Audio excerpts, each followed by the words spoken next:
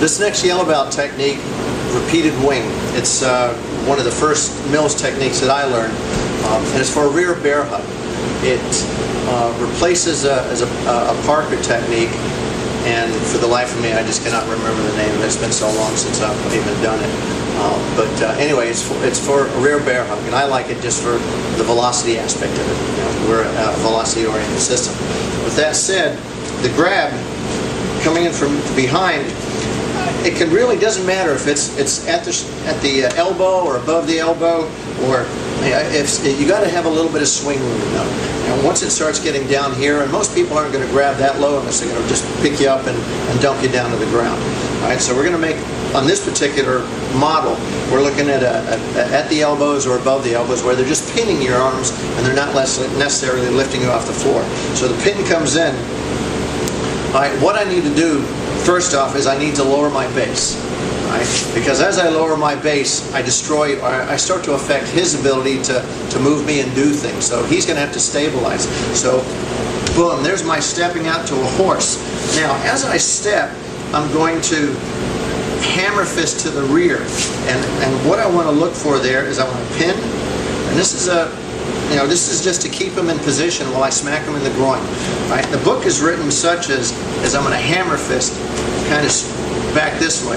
So again, as I step, boom, there's my hammer fist, catch the groin. He's probably going to start to collapse in a little bit or full fall forward, and that in turn allows me to unwind and come back with that back elbow. All right? So one more time. What you're looking at is a fluid motion of 1, 2.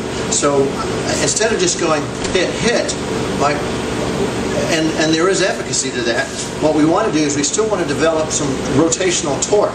If I just do this, hit and hit, I have no rotational torque developed. You know, it's strictly height and depth, right? But you know, Kempo is a three-dimensional system, so I want to hit with height, depth, and width. So as I come out, I'm going to rotate.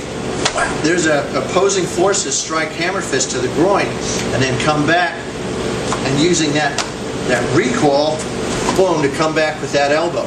And once you've been on the receiving end of this elbow, it is wickedly powerful, and it's catching those floating ribs.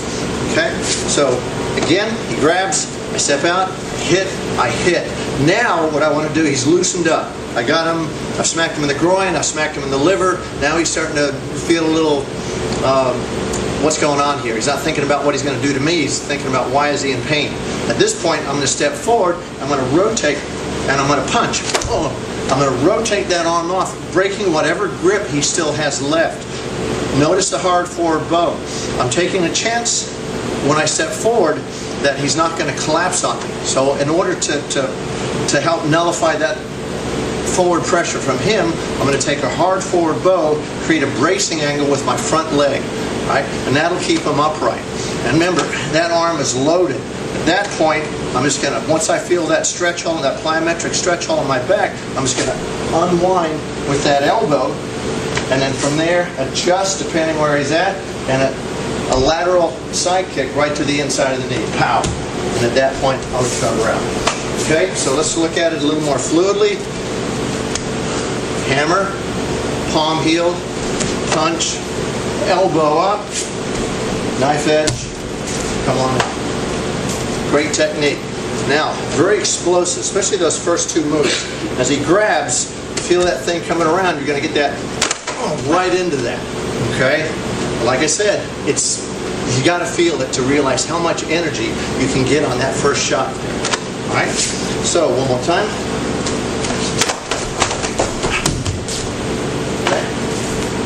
And that's repeated one, a little bit quicker. Let's try it just from a different angle so you can kind of see what's going on here. Again, he grabs, I step to the side, boom, there's my elbow. Clear if he's still there. Unwind, find him, kick to the inside of the leg, and come on through. Just one last little piece.